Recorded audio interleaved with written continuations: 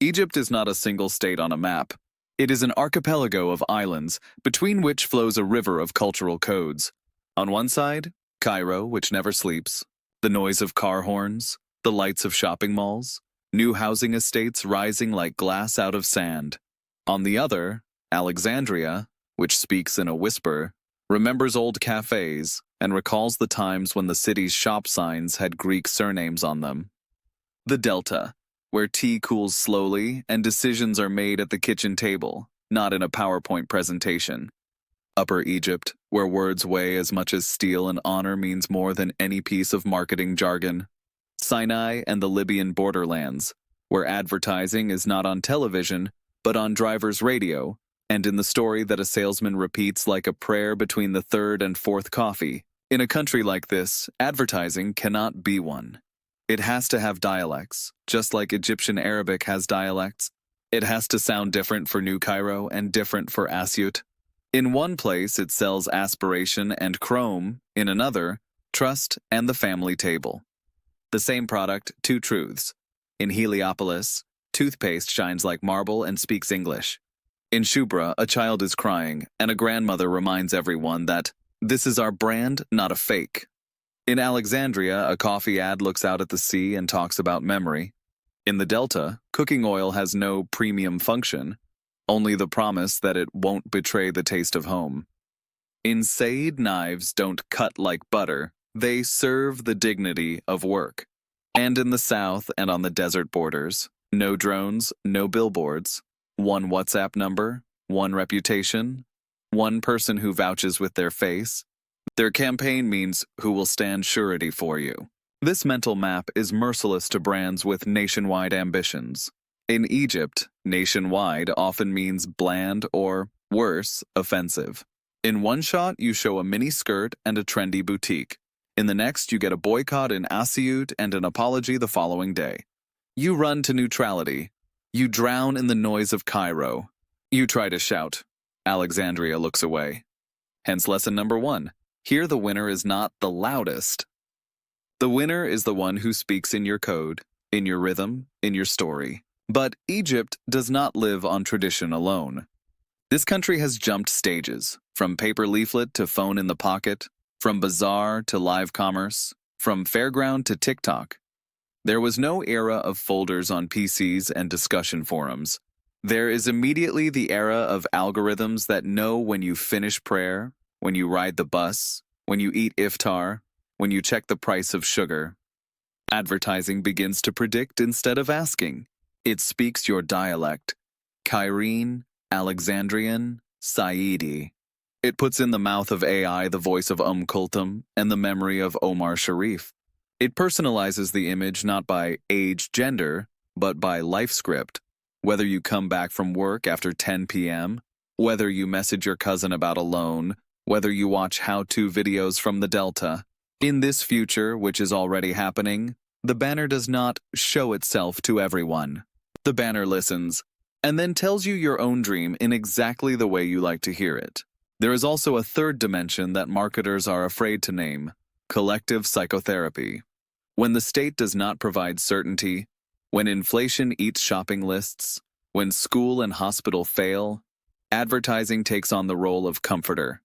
It is the one that says, "You'll manage. You're not alone. Together, we'll build a bridge." It is the one that arranges the day, with tea and a song, with the refrain of a Ramadan campaign from a mobile operator, with the mantra of a bank about a better tomorrow. It is the one that explains chaos, turning it into a story in which you are more than just a number in a queue. In Egypt, advertising does not just sell, it regulates mood. It teaches what is appropriate to feel. In this episode, we go deep. We will show how regions write their own briefs for brands, why nationwide campaigns crash on the reefs of local codes, and why sometimes it is better to win in one district than lose in the entire state. We will look into the workshop of AI that lays down dialect and tone before a copywriter can blink. And we will ask whether these three orders, geography, technology, psychology, don't merge into one great function of advertising, sustaining the belief that the world is still holding together. If you think advertising is a nice video, Egypt will convince you that it is a language of survival. If you believe you can speak to everyone, Egypt will show you the bill for lack of humility. And if you think that data are more important than a tear in the eye, Egypt will teach you that emotion still has the upper hand over the chart. We begin. Egypt is not one country. It is an archipelago of mentalities, traditions, social classes, and cultural codes. Cairo and Alexandria, they speak different languages. The Delta and Upper Egypt, they live in different rhythms. The South, it resembles Sudan more than the capitals. And Sinai and the Libyan borderlands, a world of semi-nomads, borderlands, and soldiers. In this part of the episode, we will show how advertising in Egypt must adapt to the local cultural code, how brands make mistakes when trying nationwide campaigns, and why local success can be more valuable than success at state level. Cairo is the heart of advertising chaos. Here, everything has to be loud, modern, dynamic. But Cairo also has two faces: Elite Cairo, the modern districts; New Cairo, Heliopolis, 6th of October City, where aspirational campaigns dominate, Western style, with English slogans, fashion, and luxury. Popular Cairo, the poorer districts, where advertising has to be loud, local, and emotional. Here everything works that has drama, family, a problem, and a miraculous solution. Example? The same product, toothpaste. For the elites, an ad with a model, a dentist, white teeth, jazz in the background. For the popular districts, a child is crying, a grandmother says, because this is an Egyptian brand, not a Chinese fake. Alexandria, on the other hand, is a city of pride, rivalry, and nostalgia. Alexandrians have their own identity. They feel more Mediterranean than African, more European than Arab. It is a city of memory. The sea, Greco-Roman heritage, and rivalry with Cairo. That is why ads in Alexandria more often show an aesthetic of cleanliness and quality. Use the language of local pride. Avoid overly aggressive messaging. The form matters more than the noise. Example: an ad for a local coffee brand. A woman looks out at the sea, remembers her grandmother who also drank this coffee before she emigrated to Greece. End line: in the taste of Alexandria lies our history. The Nile Delta, in turn, is advertising through family and trust. The Delta region, Tanta, Mansoura, Damanhur, is Egypt's agricultural heart. Its inhabitants are practical, religious, deeply rooted in the family structure. Here, advertising works when it appeals to the authority of mother or father, refers to health, cleanliness, halal, avoids extravagance and Western forms. Example: an ad for cooking oil. An older woman says, "When my children come home from the city, I cook for them with this, like in the old days." Final tagline: oil that will never betray the taste of home. In the Delta, intergenerational campaigns win. The product must have emotional value, not technological value. Upper Egypt, Said, is, in turn, tradition, masculinity, honor. In regions such as Asyut, Sohag, Kina, or Luxor, advertising must know the language of pride and respect. Here live many tribes and conservative communities where values like family honor, a man's loyalty, strength of character are more important than convenience. Advertising must therefore show products as an extension of dignity, use concrete rather than overly emotional language, not flirt with sexuality or mockery. That can be an insult. Example: an ad for kitchen knives. A man says, "My father made bread. Now I do. I need a tool, not a toy." Slogan: strength forged in Said steel. And the South and borderlands, Nubia, Sinai, the borders with Sudan and Libya.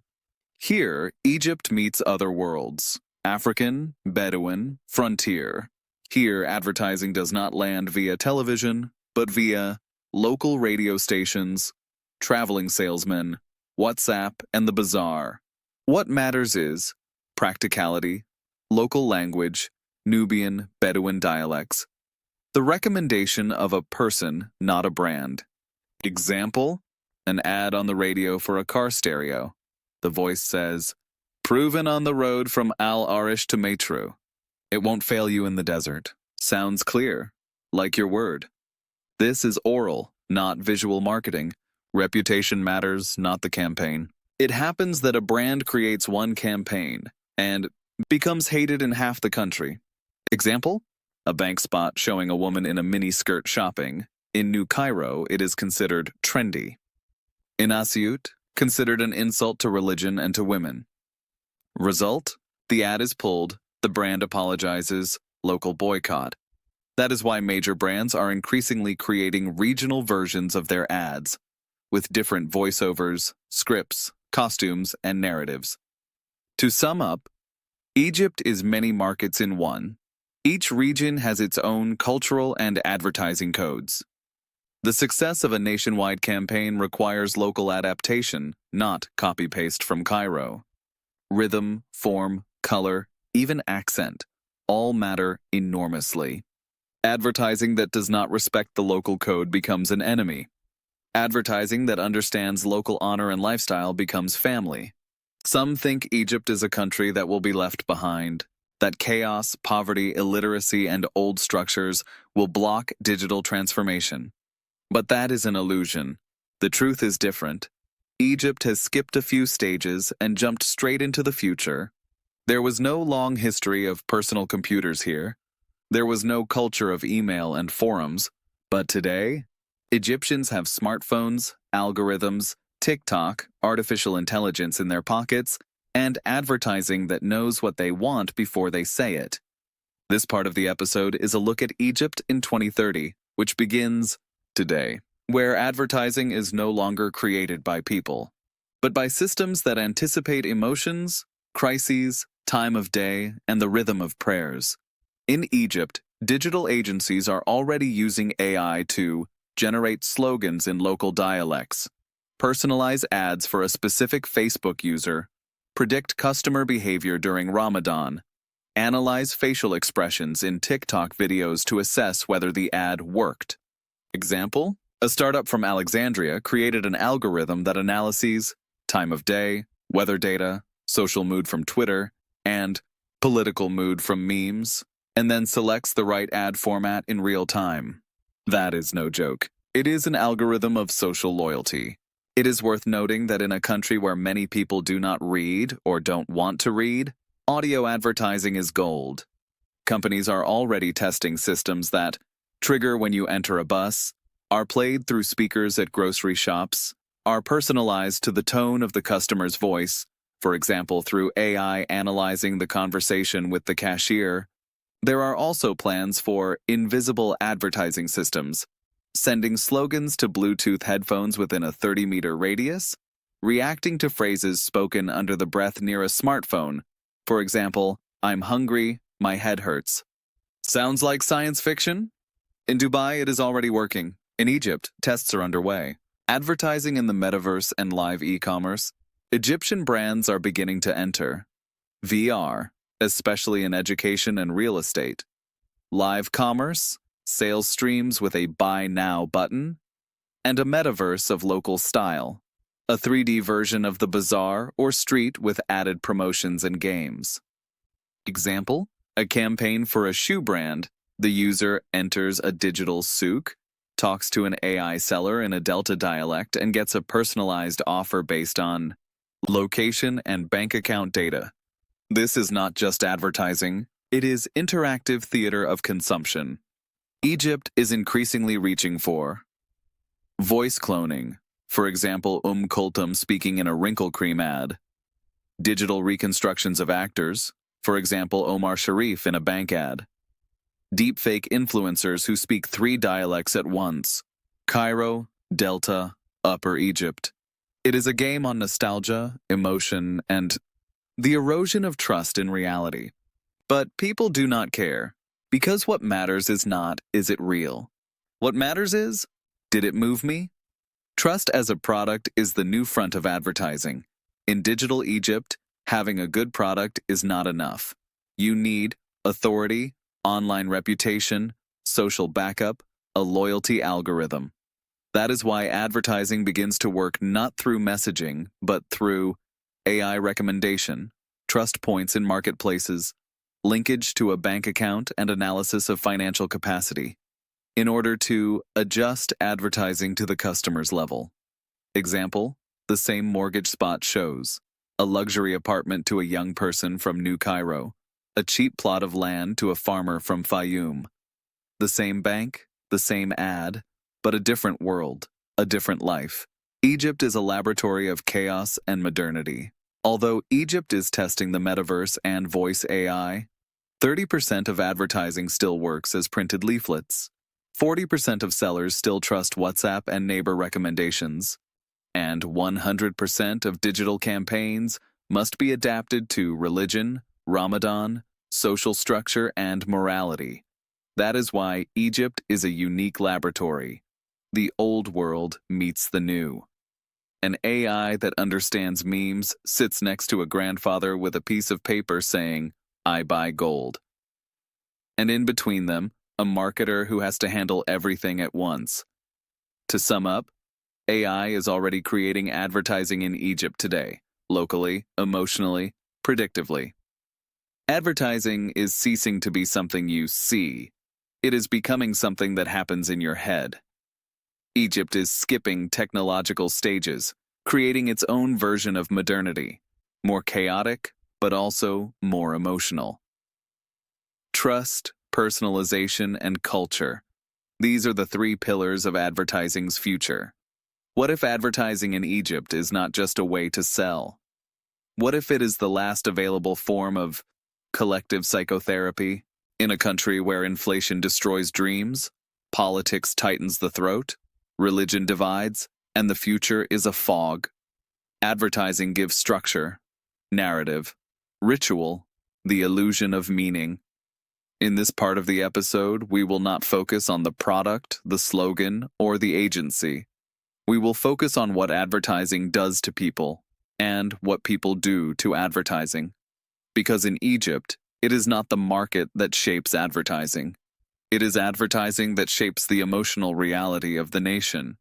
Why do people need advertising? Not only to buy, but in order to feel that someone is thinking about them, see that others have similar problems, believe that there is a solution, be, for a moment, the main character of their own life.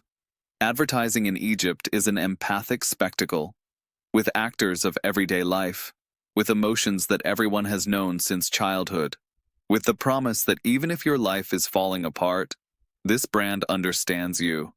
Slogan as the mantrification of life. In Europe, slogans are a PR trick. In Egypt, they are a social mantra. Because you are worth more, says a milk commercial. Together, we will manage, says a bank. Be with us, be strong, says a mobile operator. I am Egypt, I am the future, says the president in an investment ad. These are not just lines. These are sentences Egyptians repeat to themselves in order to survive, like a prayer, like a parable, like a postcard from a better world that may never come, but is still worth dreaming about. Where does advertising end and faith begin? In a country where the following have failed: education, the state, healthcare, the labor market, advertising becomes a source of hope. It is advertising that shows a smiling family. It is advertising that shows peace and success. It is advertising that says, it's hard, but with us, it will be better. Sound familiar? That is what religion used to say. That is what school used to say. That is what the government used to say. Now it is said by a mobile operator, a tea brand, a cooking TikTok. Why are Egyptian ads so emotional? Because society does not trust logic. Because no one believes in data. But everyone believes in a mother's tears and a child's smile. Egyptian advertising is like neo-realist cinema. Too many emotions, too many coincidences, simplified characters, but very effective, because it is true in its fairy tale excess. Egyptians do not have time for psychotherapy. They cannot afford an existential crisis, but they can. Watch a TikTok, cry over a tea advert, share a campaign with the slogan, "You are not alone." It is an act of cleansing. For 30 seconds, for 3 minutes, for 1 click. And that is enough to get through another day. Advertising does not sell. Advertising casts spells. Sales, that is a side effect. Advertising in Egypt casts a spell on reality. It pretends the country is modern. It pretends the products are available. It pretends society is progressing. But this illusion is needed, because without it, only chaos remains. And that is why advertising becomes more real than life. Because it does not show how things are. It shows how things could be if we still believed. To sum up, advertising in Egypt is a form of national psychotherapy, surrogate spirituality, and emotional grounding. It is no longer about the product. It is about the need for belonging, meaning, and visibility. Marketing slogans have taken over the role of old social rituals: prayer, sermon, fairy tale, state television.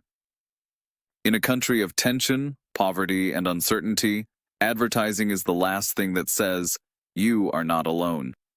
In closing, let us ask, can advertising, in a country without a guaranteed future, be the last source of faith in something bigger than fear? Let us return to the beginning. To the chaos of Cairo, to the woman with a tea in her hand, the child in front of the television, the boy on TikTok who does not know he is a star. Let us go back to the billboard that shines brighter than the minaret, and to the whisper of the street vendor who sells perfume, or maybe just stories. Because Egypt does not need advertising in order to buy. Egypt needs advertising in order to live. Advertising has become something more than a message. It has become a promise of stability, a script for everyday life, a space for escape, and a tool of survival in a country where nothing is given once and for all. This is not an advert for a product. It is an advert for emotions that save the nation's psyche. What does Egypt's advertising say about Egypt? That it is a torn country, between the West and Islam, between nostalgia for the pharaohs and the hunger for a digital tomorrow, between pride and despair. But it is also a country in which advertising treats the lack of therapy, softens the pain of unemployment, gives a language to people no one listens to, and turns every product into a story we want to be part of. And if advertising stops working, it will not be the end of the market. It will be the end of faith. Because in Egypt, advertising does not only sell. Advertising soothes, regulates, guides. Without it, chaos will become real chaos. Without it, the street will lose its narrative. Without it, no one will remind people that there is still hope, even if artificial. And maybe advertising in Egypt is not unique at all. Maybe it is just a mirror for all of us. Because is it not the same in Poland, France, the USA? The slogan, "Because you deserve more." The smiling child's face over soup. The influencer who also had it tough, but bought a cream and made it. Perhaps Egypt simply does not pretend this isn't true. Perhaps there no one hides the fact that advertising has replaced everything that has failed. Advertising in Egypt is not just a marketing system. It is a national nervous system. It is a channel of communication between dream and reality. It is the last fairy tale people believe in, not because they are naive, but because they have nothing else left to believe in. Let us go back to the map. You already have these islands in your head. Cairo, with 2 faces, Alexandria, proud and clean, the Delta, family-oriented and halal, Sayed, tough and tuned to honor, the borderlands, practical and whispered. You also have the digital layer, algorithms that lay down dialect, analyze facial expressions and TikTok frames, line up with prayer times and with the weather over the Nile. And you have the hardest layer, advertising as the mantrification of life, as a substitute for rituals that religion, school, and the state once provided. All of this adds up to one thesis. Egypt does not have a unified market. Egypt has a nervous system that works by regions, like muscles contracting separately. That is why the best campaigns do not try to connect everyone with one spot. They design bridges between islands, One version speaks in a whisper to Alexandria, another sings loudly to Cairo, a third stands straight as steel in Said. In each version, the product is the same. What changes is the dignity with which it is served. Technology does not resolve these contradictions, it accelerates them. AI does not flatten Egypt. AI differentiates it faster, more precisely, mercilessly. It learns your laughter, your anger at prices, your habit of changing buses on the Qasr El Nil Bridge. It uses voices you love and nostalgia you cannot resist.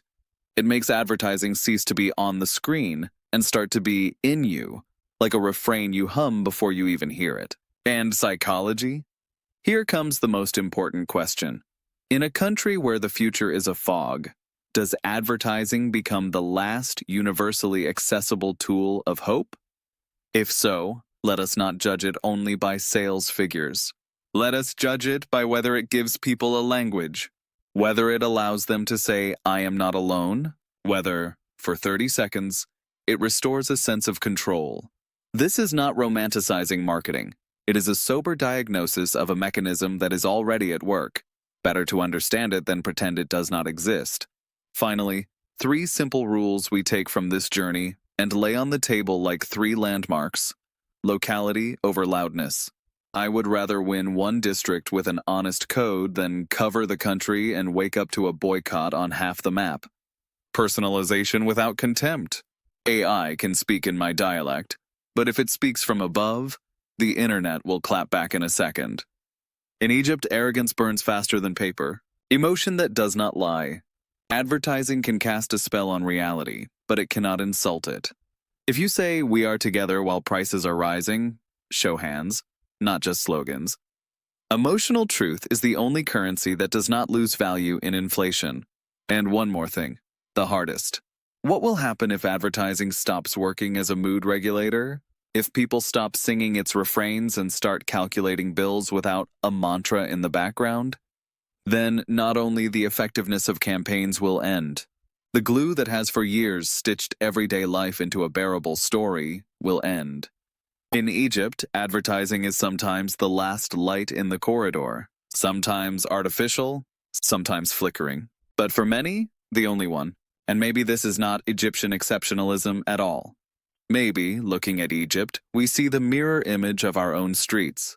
In Warsaw, Paris, Houston, we also hear, "You deserve more. Together we can do it. With us, the future is better." The melodies and costumes differ. The mechanism is the same. Advertising as the language through which civilizations tell themselves that tomorrow makes sense. Egypt just does not hide that this is how it works. So let us close with an image. Cairo at night. A taxi drives over the bridge. Someone carries a tray of bread on their head. A boy is recording a TikTok. A grandmother stirs tea. And the billboard over the Nile shines with a slogan you already know by heart. This is not just advertising. This is the city's next breath. And as long as that breath goes on, there is a story in which one can endure. And we will return in the next part to the specifics. We will break down cases of regional failures and victories, show how brands are learning to speak dialect, not caricature, and how to design campaigns that not only fit the algorithm, but fit into people. Because in Egypt, that is the only way.